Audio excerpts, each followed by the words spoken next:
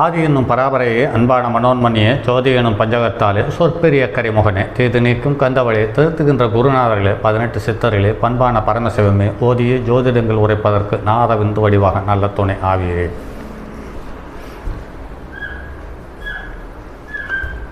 உலகில் உள்ள தமிழ் பேசும் அனைத்து நல் உள்ளங்களுக்கும் மற்றும் ஜோதிட சான்றோர்களுக்கும் மூத்தோர்களுக்கும் ஆர்வலர்களுக்கும் மற்றும் இந்த காணொலியை காணும் உங்களுக்கும் ஆஸ்தோராஜின் இனிய நல்வணக்கங்கள்.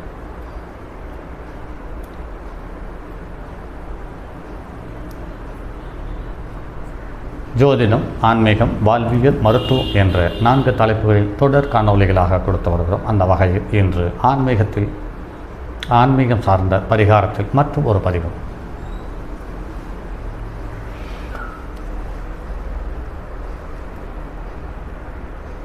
பழைய திரைப்படம் ஒன்றில் ஒரு சில வார்த்தைகள் பாடல்களாக தந்திருக்கிறார்கள். அதில் 1960களில் வந்த ஆண்டவன் கட்டளை என்ற படத்தில் அன்பு நன்றி கருணை கொண்டவன் மனித வடிவில் தெய்வம் ஆசை கலவு கோபம் கொண்டவன் பேசத் தெரிந்த மிருகம் என்று 2 வரியில் நிறைய விஷயங்களை அடையாளப்படுத்தியிருக்கிறார்கள். அப்படி தெய்வமாக பிறந்த இறந்து போன ஆத்மாக்களுடைய வம்சாவளிகள் ஊழ்வினை பயனால் பெரிதாக ஒன்றும் பாதிக்கப்படுவதில்லை. வந்தார்கள், வாழ்ந்தார்கள், சென்றார்கள் என்ற இயல்பான விஷயத்தோடு சுலபமாக இந்த வாழ்க்கை என்ற தடாகத்தை சுலபமாக கடந்து பயணித்து விடுகிறார்கள். 2வது வரியில் சொல்லப்பட்ட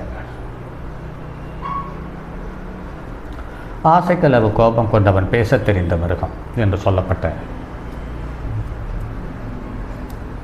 பாதிப்புக்கு உள்ளான ஒரு பிறவிகள் மூலமாக அடுத்த சந்ததிகள் ஏற்படுமாயின் அது ஊழ்வினை பயனை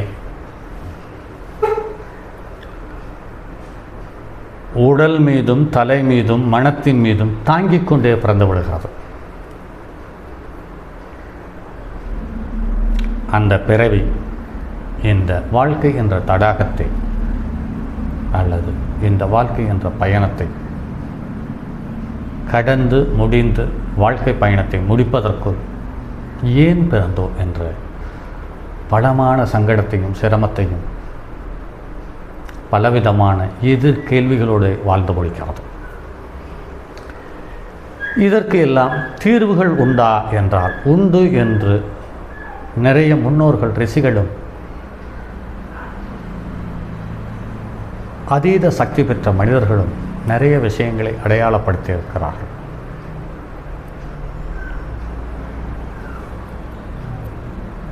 சரி, அப்படிப்பட்ட அமைப்பை பெற்ற ஜாதகம் எப்படி இருக்கும் என்று பார்க்கும் பொழுது குருவும் சனியும் ஒன்று சேர்ந்து ஒரு வீட்டில் நின்று அந்த வீடு அவர்களுக்கு குருவுக்கோ அல்லது சனிக்கோ நீச்சமாக இருக்கும் பட்சத்தில் அவர்களுக்கு முன்னும் பின்னும் ராகு அல்லது கேது அமர்ந்து, ஒரு பக்கத்தில் ராகு அமர்ந்து மற்றொரு பக்கத்தில் சூரியன் அமர்ந்து இருக்கும் பட்சத்தில் இவர்களுடைய தசாபுத்திகளை தொடும் காலம் அந்த மனிதர் பிரம்மகத்தி தோஷத்தால் கர்ண கடூரமான சூழ்நிலைகளை சந்தித்து வாழ்க்கை மிகப்பெரிய பாரமாக உணர்கிறார்கள் என்பது நடைமுறையில் பார்க்க முடிகிறது. அப்படி இல்லாவிட்டால் ஒருவர் கேது நட்சத்திரத்திலேயே ஒருவர் ராகு நட்சத்திரத்திலே நின்று நேருக்கு நேர் பார்த்து நெருப்பு வீடும் காற்று வீடும் ஒருவருக்கொருவர் தொடர்பு பெறும் பட்சத்தில் அவர்கள் மதிமுக்கால் மந்தனங்கால் வேலை, பில்லி, சோன்யம், ஏவல் மற்றும் செய்வினை சம்பந்தப்பட்ட பாதிப்பால் பலமான நெருக்கடியும் சங்கடத்தையும் சந்திக்கிறார்கள். இதில் 3 சொல் மந்திரம் என்றும் இருக்கிறது என்று சொல்கிறார்கள். அந்த 3 சொல் மந்திரம் மூலமும் அவர்கள் பலமான பாதிப்பை சந்திக்கிறார்கள். அல்லது ஒரு குடும்பத்தில் ஒருவர் எப்போதாவது வாழ்க்கையில் வருகிறார், அவர் வந்துவிட்டு சென்ற பிறகு அந்த குடும்பத்தில் நிம்மதி போய்விடுகிறது. இது தவறான உறவுகள் மூலமாக நிம்மதி போய்விடுகிறது. அல்லது எந்தவித உறவுகளும் இல்லாமலேயே அந்த பார்வைக்கு அதீத விஷம் இருந்து பாதிக்கப்படக்கூடிய தன்மை உள்ளவர்களால் அந்த குடும்பம் பார்க்கப்படும் பொழுது பலமான பாதிப்பை சந்திக்கிறார்கள்.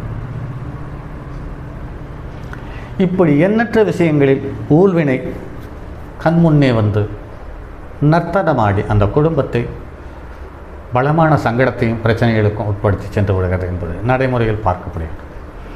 அப்படிப்பட்ட ஊழ்வினை தோஷத்தை குறைப்பதற்கு வழி இருக்கிறதா என்று தேடிய பொழுது ஒரு நூலிலிருந்து கிடைத்த தகவல்,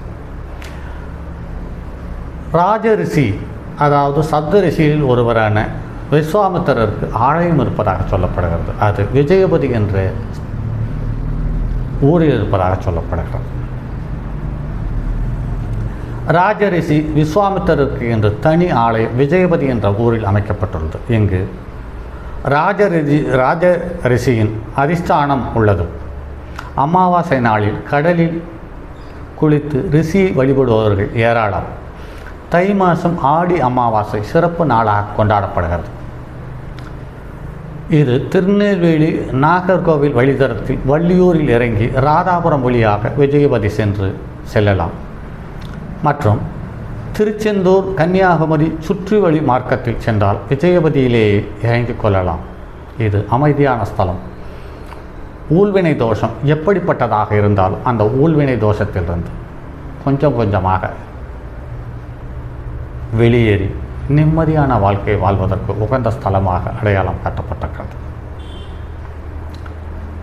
இது ஜாதகத்தில் லக்கினத்துக்கு 3, 9, 11ஆம் இடங்கள் பலமான பாதிப்புக்குட்பட்டு ஒன்றுக்கும் மேற்பட்ட பாபக்கிரகங்களுடைய சம்பந்தம் ஏற்பட்டு அல்லது லக்கணாதிபதி நீச்சம் பெற்றிருந்து பாபக்கிரகங்கள் அதிக பலம் பெற்றிருந்து அவர்களுடைய தசாபுத்தி இருக்கும் காலத்தில் இந்த ஊழ்வினை பயன்கள் அல்லது ஊழ்வினை தோஷம் பலமான சங்கடத்தை உண்டாக்குகிறது. இப்படி ஊழ்வினை தோஷத்தினுடைய சங்கடங்களை அதிகமாக சந்திப்பவர்களுக்கு முதல் நிவாரணம் என்று பார்க்கும்போது அந்த ஊரை விட்டு வெளியேறுங்கள். இதில் பாதி நிவாரணம் தெரியும். அடுத்து விஜயபதி தொடர்ந்து 9 அமாவாசை சென்று வாருங்கள். உங்களுடைய வாழ்க்கையில் 9 அமாவாசை அந்த ஸ்தலம் உங்களை வணங்க அனுமதித்தால் கண்டிப்பாக ஊழ்வினையிலிருந்து முழுமையாக வெளியேறிவிட முடியும் என்பதில் இதுவரை 2-3 நபர்களுக்கு சொல்லி அந்த 3 நபர்களுமே சிறப்பான வித்தியாசம் தெரிகிறதுனா இதுவரை எத்தனையோ பரிகாரங்கள் சொல்லியிருக்கிறார்கள். எந்த பரிகாரமும் இவ்வளவு சிறப்பாக எங்களுக்கு ஒரு இயல்பான வாழ்க்கையை திரும்பக்கூடிய சந்தர்ப்பத்தை உண்டு பண்ணி தரவில்லை. தொடர்ந்து 9 மாதம் சென்று வந்தோம் என்று சொன்ன நண்பர்களும் உண்டு என்பதை கருத்தில் கொள்ளுங்கள். ஆக நான் சொல்லக்கூடிய பதிவுகள் மற்றும் பரிகாரங்கள் எதுவும் பலமான செலவுகளோ அதிக நெருக்கடியை தரக்கூடியதாகவோ அல்லது பலமான சிரமங்களோ அல்லது ஒன்றுக்கு மேற்பட்ட உறவுகளினுடைய ஆதரவோடு செய்யக்கூடிய பரிகாரங்கள் என்பது நிச்சயமாக இருக்காது. இது மட்டும் இல்லாமல் உங்களால் இயன்றவரை அன்னதானம் செய்யுங்கள். உங்களால் இயன்றவரை அடுத்தவர்களுக்கு உதவுங்கள். இந்த விஜயபதி தொடர்ந்து 9 முறை சென்று வாருங்கள். 3வது முறை சென்று வந்த பிறகு 4வது முறை செல்வதற்குள் வியாழக்கிழமை நடுநிசியிலோ அல்லது வியாழக்கிழமை முடிந்து வெள்ளிக்கிழமை தொடங்குகின்ற அந்த சூரிய உதயத்திற்கு முன் 3 மணி நேரத்துக்குள் உங்களுடைய கனவில் சந்நியாசி வருவார் என்பதை பாருங்கள். அந்த சந்நியாசி வந்து வெத்தலை பாக்கோ அல்லது மலர்களோ அல்லது சைவ பொருள்களோ உங்களுக்கு தானமாக கிடைக்கும் பட்சத்தில் ஒரு மிகப்பெரிய மாற்றத்தை சந்திப்பீர்கள். இதை நான் என்னுடைய வாழ்வில் சந்தித்திருக்கிறேன். என்னுடைய நண்பர் ஒருவர் இதை தெளிவாக எனக்கு அடையாளம் காட்டியிருக்கிறார் என்பதை என்னுடைய அனுபவமாக சொல்லி மற்றும் அடுத்தது ஒரு பதிவில் சந்திப்போம். அதுவரை உங்களிடமிருந்து விடைபெறுவது உங்கள் அன்பு நண்பன் எம் ராஜரத்னம். இந்த மாதிரி காணொளிகளை உங்களுக்கு தெளிவாக கொடுப்பதற்கு மிக குறைந்த மனிதர்களே இருக்கிறார்கள் என்பது என்னுடைய எண்ணம். அதில் நானும் ஒருவர் என்பதில் எனக்கு ஒரு பெருமிதம் உண்டு. ஆகையால் இந்த காணொளிகளை உங்களுடைய நண்பர்களுக்கு பகிருங்கள், அங்கே உங்கள் உறவுகளுக்கு பகிருங்கள். அதற்கான வாய்ப்பு அமையும் பொழுது நீங்களும் ஒரு புண்ணியம் செய்த மனிதர்களே. சரி நண்பர்களே, மற்றும் அடுத்ததொரு பதிவில் சந்திப்போம். அதுவரை உங்களிடமிருந்து விடைபெறுவது உங்கள் அன்பு நண்பன் எம் ராஜரட்சன். தங்கமான் மழுவோடேந்தி தன்மதி தலையில் கொண்டோர் மங்கையர் பறிக்கச் சொன்ன மாமொழி ஜோதிடத்தை இங்கு யாம் உரைப்பதற்கோர் ஏமை என்னும் பிழை வராமல் காக்க செங்கன் மால்மர்கள் யானைச்சிறன் பதம் காப்பதாமே.